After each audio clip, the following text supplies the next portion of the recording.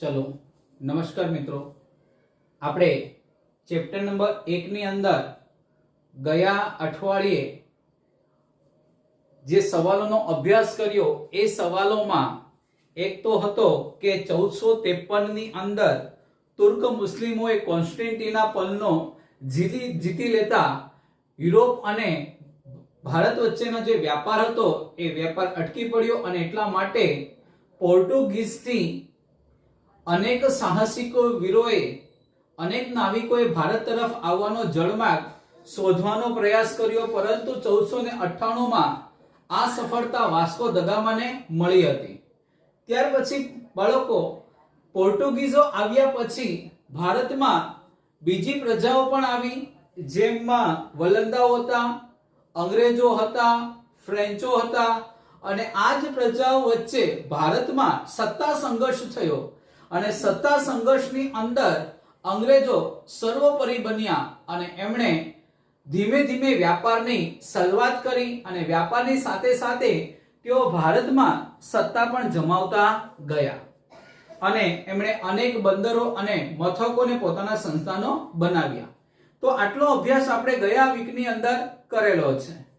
હવે આગળ જઈએ તો આગળનો સવાલ આવે છે પ્લાસીનું યુદ્ધ। તો બાળકો પ્લાસીના યુદ્ધથી ભારતમાં અંગ્રેજોનો સત્તાની શરૂઆત થઈ હતી। ઈસ્ટ ઇન્ડિયા કંપનીના શાસનનો પાયો નખાયો હતો। કઈ રીતે તો એની માહિતી મેળવીએ તો બંગાળમાં આ સમયગાળો છે 1757 નો। આ તમને ખાસ જણાવી દઉં, આ જે સમયગાળો છે એ સમયગાળો છે 1757 ના। 1757 ના સમયગાળા દરમિયાન બંગાળમાં બાળકો તે સમય દરમિયાન છે ને ભારતના આજે આપણે અહીંયા સમગ્ર ભારતને સમગ્ર હિન્દુસ્તાનને અલગ અલગ પ્રાંતમાં વહેંચી દીધું છે, પરંતુ તે સમય દરમિયાન મુખ્ય 3 જ રાજ્યો હતા। ખ્યાલ આવ્યો? એમાં એક હતું બાળકો બંગાળ, બિહાર અને ઓરિસ્સા। બંગાળ, બિહાર અને ઓરિસ્સા આ મુખ્ય 3 રાજ્યો હતા અને 3 રાજ્યો ધનાઢ્ય પણ હતા। તો બંગાળમાં સિરાજ ઉદ દૌલાનું શાસન હતું। આ સમયગાળા દરમિયાન પશ્ચિમ બંગાળ એટલે કે બંગાળની અંદર સિરાજ ઉદ દૌલાનું શાસન હતું। તેના ઉતાવળિયા સ્વભાવને કારણે રાજ્યમાં તેના કેટલાક વિરોધીઓ હતા। સિરાજ ઉદ દૌલાનું બાળકો જે નેચર હતું, જેનો એટીટ્યુડ હતો, એનો જે સ્વભાવ હતો એ ઉતાવળિયો હતો અને આ ઉતાવળિયા સ્વભાવને કારણે એના જ શાસનની અંદર એના જ રાજ્યમાં ઘણા વિરોધીઓ પણ એના હતા। આ સમયમાં બ્રિટિશ ઈસ્ટ ઇન્ડિયા કંપનીએ બાળકો મેં ટૂંકમાં લખ્યું છે, તમારે સમજવાનું છે પૂરેપૂરું। આ સમયમાં બ્રિટિશ ઈસ્ટ ઇન્ડિયા કંપનીની સ્થાપના થઈ હતી ઈસવીસન 1600 ની અંદર। હવે બાળકો ઘણા ખરા વિદ્યાર્થીઓ જ્યારે ચોપડા મને બતાવવા આવેલા ગયા વીકની અંદર, તો એમાં ઘણાને પ્રોબ્લેમ્સ એવો હતો કે સર અમને જે વર્ષ આવે છે, ઈસવીસન આવે છે, એ અમને યાદ નથી રહેતી। બાળકો કોઈ વસ્તુ યાદ રહે જ નહીં, એ રાખવી પડે। આ તો પહેલી બાબત થઈ ગઈ। બીજી બાબત, યાદ શા માટે નથી રહેતું તો તમે વિડિયોનો પૂરેપૂરો વ્યવસ્થિત અભ્યાસ કરો અને સાથે સાથે એને સમયસર બાળકો રિફર કરતા રહેશો ને તો જ ઈસવીસન યાદ રહેશે। ખ્યાલ? આ યાદ રાખવાની એક સિમ્પલ પદ્ધતિ છે। તો આ સમયમાં બ્રિટિશ ઈસ્ટ ઇન્ડિયા કંપનીની સ્થાપના થઈ હતી ઈસવીસન 1600 માં। કંપનીએ નવાબની પરવાનગી લીધા વિના કોલકાતામાં રક્ષણના બહાને વ્યાપારી કોઠીને ફરતે કિલ્લેબંધી કરી। હવે બાળકો અંગ્રેજોએ ઈસ્ટ ઇન્ડિયા કંપની કર્યું શું તો એક તો અંગ્રેજોની એક સત્તાનો પાયો નાખ્યો તો બાળકો બંગાળની અંદર। બંગાળમાં કોલકાતામાં એમણે એક કિલ્લો ઊભો કરેલો, એનું નામ હતું ફોર્ટ વિલિયમ। આ ફોર્ટ વિલિયમ નામના કિલ્લામાં એમણે કિલ્લેબંધી કરી। કિલ્લેબંધી કરી એટલે શું થાય તો બાળકો જે કોઠી હતી એ કોઠીને રક્ષણ આપવા માટે સમગ્ર કોઠીને ફરતે ઊંચી દિવાલો બાળકો ચણવાનું શરૂ કર્યું।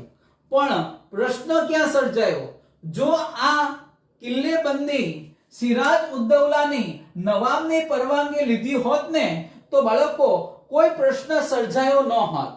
પણ થયું શું? અંગ્રેજોએ નવાબની પરવાનગી લીધા વિના કોલકાતામાં રક્ષણના બહાને વેપારી કોઠીને ફરતે કિલ્લેબંધી કરી. પરંતુ બાળકો આ સમાચાર મળ્યા કોને? સિરાજ ઉદ્દૌલાને.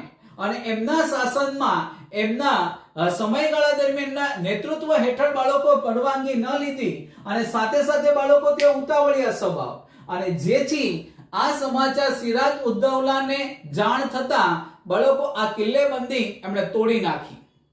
પછી આ કિલ્લેબંધી તોડ્યા પછી આ જે સમાચાર છે આ સમાચાર મદ્રાસમાં, મદ્રાસ એટલે બાળકો આજના સમયનો ચેન્નઈ, એટલે આજના સમયનું ચેન્નઈ, એનું જૂનું નામ હતું મદ્રાસ. મદ્રાસી એક ભાષા પણ છે, ખ્યાલ. તો આ સમાચાર મદ્રાસ પહોંચતા કોલકાતાની કોઠીને સહાય કરવા એક રોબર્ટ ક્લાઇવ ની આગેવાની નીચે કંપનીએ, કંપની એટલે બાળકો ઈસ્ટ ઇન્ડિયા કંપનીએ એક નાનકડું સૈન્ય બંગાળ આવી પહોંચ્યું. જેમ બાળકો સિરાજ ઉદ્દૌલાએ બાળકો બંગાળમાં એટલે કે કોલકાતામાં આવેલી જે ફોર્ટ વિલિયમ નામની જે બાળકો મથક હતું, જે કિલ્લો હતો, એની કિલ્લેબંધી તોડી નાખી, એમના વ્યાપારી મથકની કિલ્લેબંધી તોડી નાખી. એટલે આ સમાચાર ઈસ્ટ ઇન્ડિયા કંપની દ્વારા બાળકો સમાચાર મળ્યા ચેન્નઈ એટલે કે મદ્રાસમાં આવેલા એની મુખ્ય કોઠીને બાળકો આ સમાચાર મળતા એના એક અધિકારી, અને એ અધિકારી હતા રોબર્ટ ક્લાઇવ. રોબર્ટ ક્લાઇવ એની આગેવાની નીચે એક નાનકડું સૈન્ય બંગાળ આવી પહોંચ્યું. અને ત્યારે સમજો, મહત્વનો ટોપિક છે, ત્યારે બાળકો ઈસ્ટ ઇન્ડિયા કંપનીનું જે સૈન્ય શક્તિશાળી હોવા છતાં નવાબના સૈન્યને પરાજય આપવાનો સરળ ન લાગતા રોબર્ટ ક્લાઇવે દગાખોરીનો આશરો લીધો.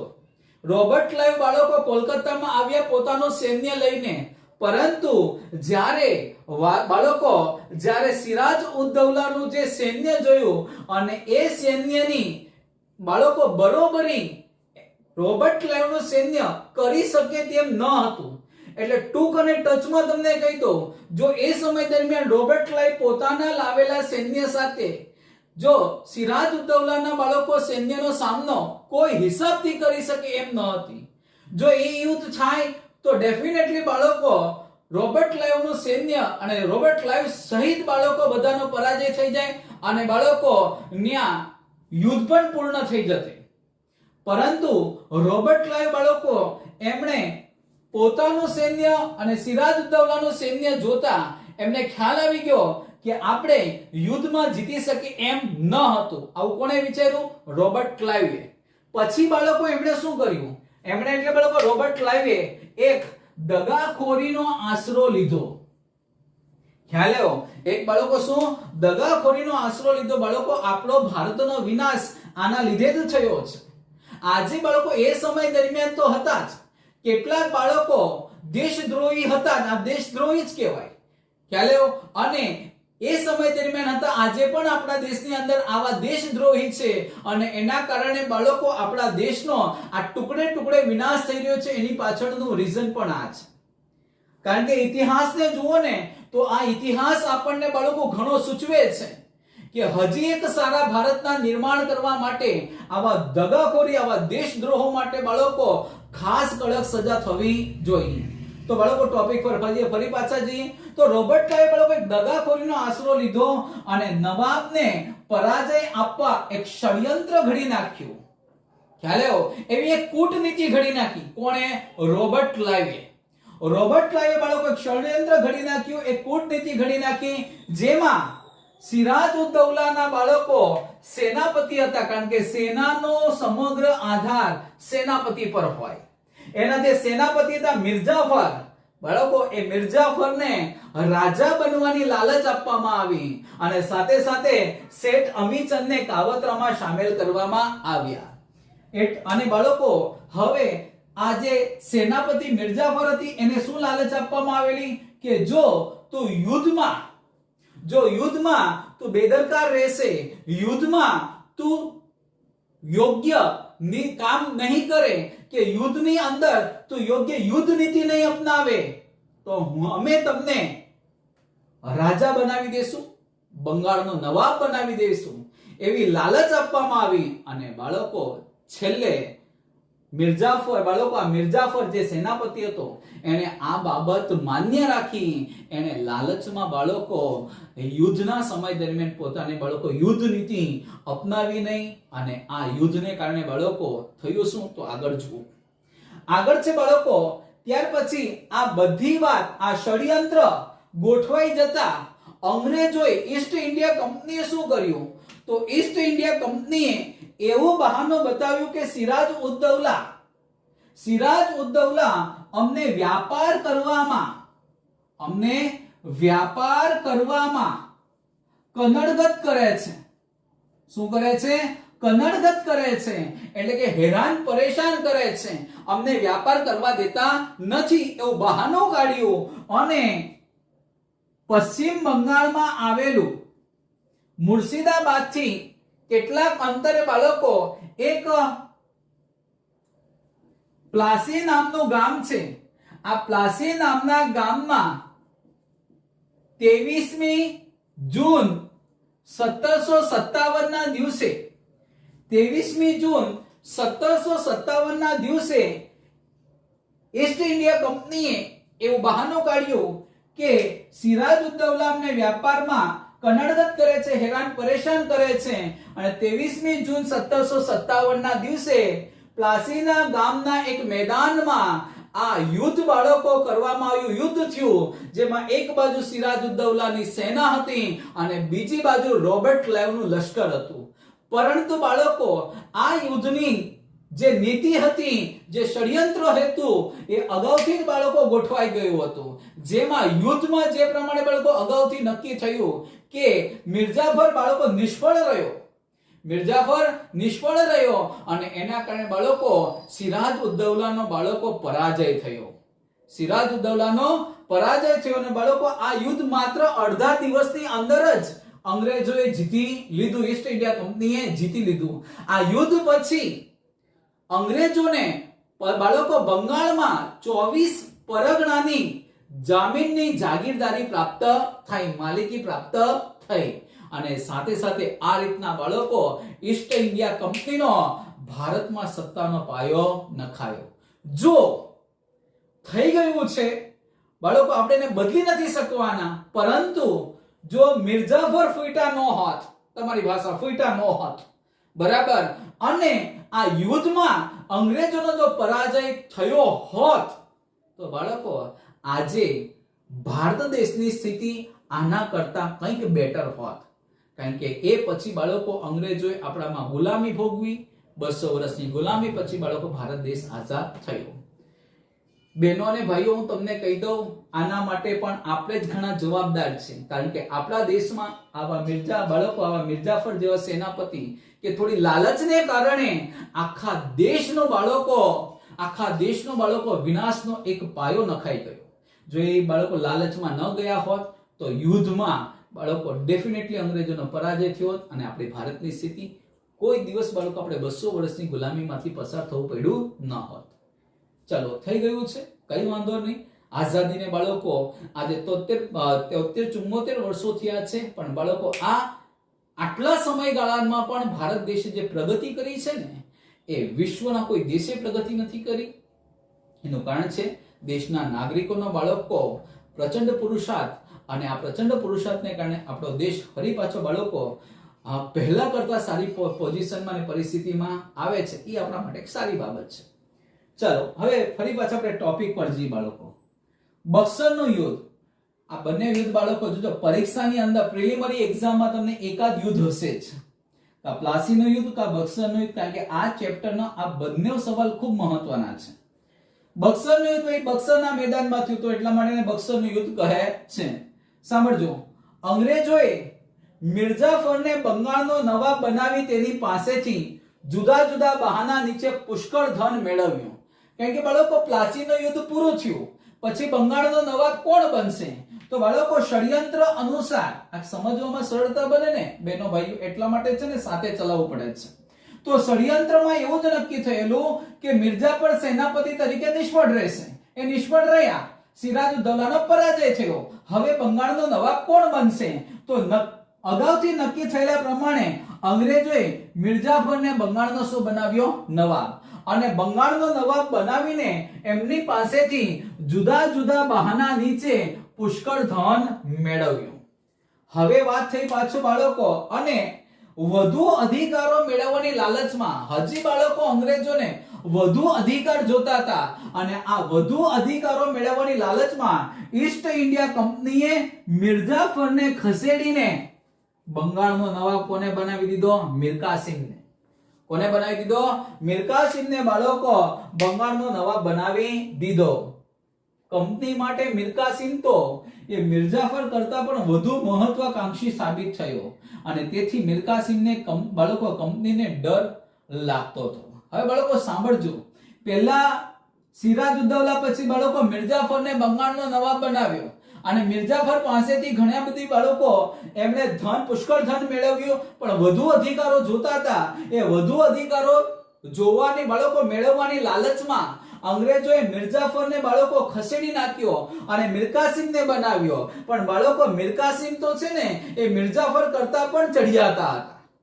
બાળકો મીર કાસિમ એ મિર્જાફર કરતા પણ ચડિયાતા, એ ખૂબ વધારે મહત્વાકાંક્ષી બાળકો સાબિત થયા, અને તેથી બાળકો મીર કાસિમને તેઓએ લાંબા સમય સુધી નવાબ તરીકે રહેવા ન દીધો. મીર કાસિમને બાળકો મીર કાસિમનો કંપનીને ડર લાગતો હતો કે આવીને આવું શાસન રહેશે તો આપણી પાસે જે સત્તાઓ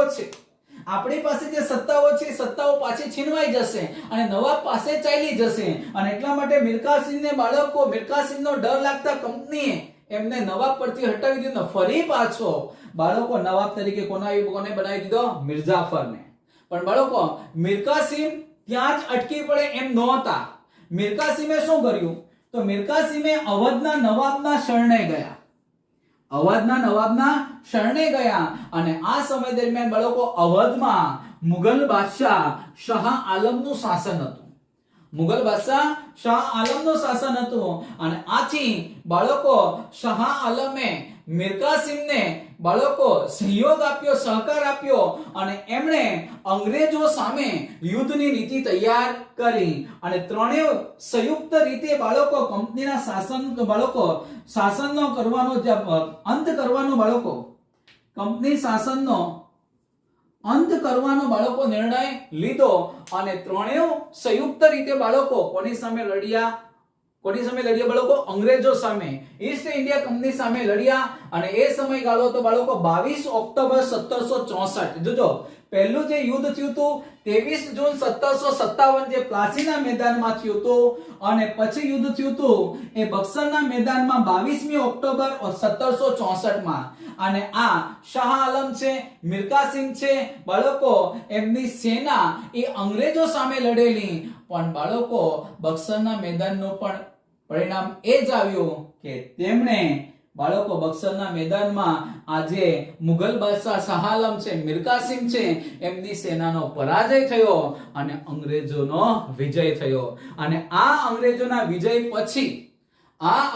વિજય પછી બાળકો બક્સરના યુદ્ધ પછી એમણે ભારતમાં દીવાની સત્તા પણ પ્રાપ્ત થઈ. ખ્યાલ આવ્યો? દીવાની સત્તાઓ પણ પ્રાપ્ત થઈ. આ બાળકો પ્લાસીના યુદ્ધથી ભારતમાં એમણે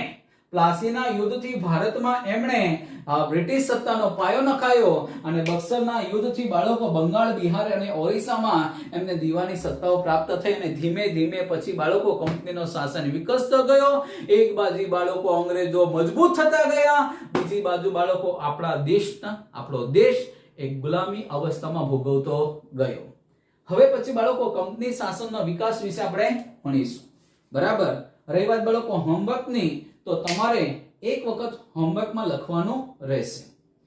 બાળકો પાકી નોટબુકમાં હું જ્યારે કહીશ ને એ સ્વાધ્યાય જ લખવાનું તમારે આવશે. બરાબર? એટલે હમણાં જેટલું ચાલશે ને દરરોજ એ તમારા હોમવર્કની નોટબુકમાં લખવાનું આવશે. ઓકે.